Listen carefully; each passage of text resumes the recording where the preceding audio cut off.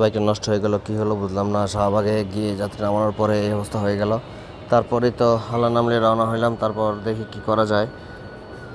তারপর তেনা তেনা পেঁচাইয়া কোনো মতে এটা কাজটা করলাম যেন বাইকটা নিয়ে আসা যায় উত্তরা, নাহলে কীভাবে কী করবো, হঠাৎ করে বিপদটা হয়ে গেল। তো আল্লাহ যা করে ভালোর জন্যই করে, বড় কোনো বিপদ হয় না। এটা খুলে গেছে, তারপর পুরো সেট নতুন করে লাগিয়েছে আলহামদুলিল্লাহ। তবে এটা উত্তরা নিয়ে আসা আমার জন্য একটা চ্যালেঞ্জ হয়ে গেছিলো। তো আলহামদুলিল্লাহ চ্যালেঞ্জটা সাকসেসফুল হয়েছে।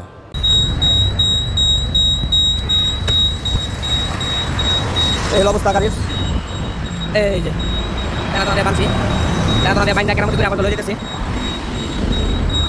তো দেখতে উত্তরা এই ব্যাপারে যাবো, এটা কি হয় এই অবস্থা ভালো বসা। তারপরে সে বাড়ি উঠতেছে, সে শাহবাগ থেকে ঠেলা নিয়ে আসছি। টিকিট উঠাই নেই, টিকিটের ভাড়া চায় 1500 টাকা, 1500 টাকা। তো 1500 টাকা শাহবাগ থেকে আমার জন্য বিশাল। হ্যাঁ, তো এই গাড়ি ঠেলা নিয়ে আসলাম, তো ব্যাপার না ভালো বসা। তো পরিবেশটা সেই যদি একটু গরম লাগতেছে, তো সেই লেভেলের একটা কষ্ট। তো আসছি আলহামদুলিল্লাহ, আর ঘন্টা দুয়েকের ভিতরে বাসা চলে যাবো। 2টা বাজে রওনা দিচ্ছি শাহবাগ থেকে। হ্যাঁ, তো এখন আসছি বনানি সিএমএইচ, বনানি পার হয়ে সিএমএইচে উঠলাম। হ্যাঁ, প্রচণ্ড গরম, একদিকে ভালো হইতেছে, জগিং হইতেছে, জগিং সুগার ফ্রি হয়ে যাবে ভাই, সুগার ফ্রি। ঠিক আছে, তো এই অবস্থা তো দেখবা সামনের দিকে আঁকা। ভালো থাকবেন, সুস্থ থাকবেন, আমার জন্য দোয়া রাখবেন। আল্লাহ হাফেজ। চলে আসলাম আলহামদুলিল্লাহ শাহবাগ টু বিমানবন্দর railway station airport. It's not fake, I am real man. ঠিক আছে, বিশ্বাস না হলে আইডি ঢুকে দেখবেন, ভিডিও আপলোড করা আছে। আর হ্যাঁ, ঢুকে শুধু দেখলে হবে না, ভিডিওতে লাইক কমেন্ট শেয়ার করে দিবেন। ঠিক আছে, তাহলে ভালো লাগবে, খুশি হবো আলহামদুলিল্লাহ। তাহলে বুঝবেন না, ঠিক আছে বিষয়টা ক্লিয়ার। তাহলে সবকিছু ক্লিয়ার, ভালো থাকবেন, সুস্থ থাকবেন, আমার জন্য দোয়া করবেন। I am success, I am real man. তো ভাইয়া ব্যাপারটা গভীরভাবে ভাবতে হইব। অবশেষে উত্তরে এসে পৌঁছলাম আমাদের এলাকায়। এখনও এলাকায় ঢুকতে পারি নাই, এখনও এখান থেকে আরও 3 কিলো আমাদের এলাকা, আমাদের বাসা। তো এখান থেকে এখন যাইতে হবে গ্যারেজে। তো এখানে একটু দাঁড়াইলাম, বিশ্রাম করতেছি।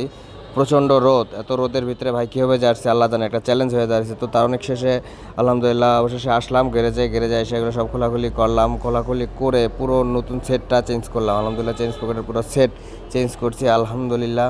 তারপর আমার গাড়িটা আবার ওকে হয়ে গেল আলহামদুলিল্লাহ। তো এবারের মতো এই যাত্রায় বেঁচে গেলাম, আল্লাহর কাছে হাজার কোটি শুকরিয়া। সবাই দোয়া করবেন আর সবাই সাবধানে বাইক রাইড করবেন।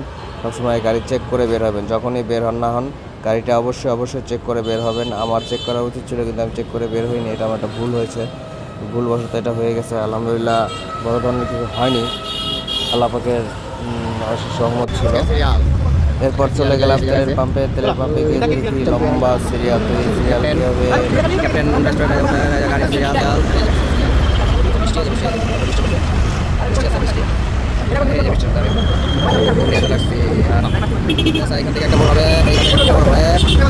প্রধানমন্ত্রী কার্যালয় শেষ করে তারপর এখান থেকে অনেক কিছু হবে।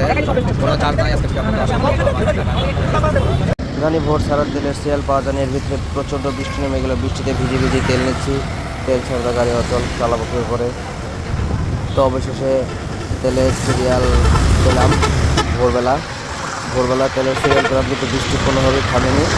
বৃষ্টি অনবরত পড়তেছে হয়ে গেল। ভোরে আকাশটা অনেক সুন্দর ছিল, সিরিয়ালটাও কাছাকাছি আসছে। তবে দেখা যায় কাছাকাছি, তবে এটা অনেক দূর থেকে মানে ট্রাক আসতেছি যে না সিরিয়াল পাবো, সময় কাটতেছে না। তারপর ওখানে সবার সাথে কথাবার্তা বলে সময়টা পাস করলাম। এই তো আলহামদুলিল্লাহ সব মিলে সবাই দেওয়া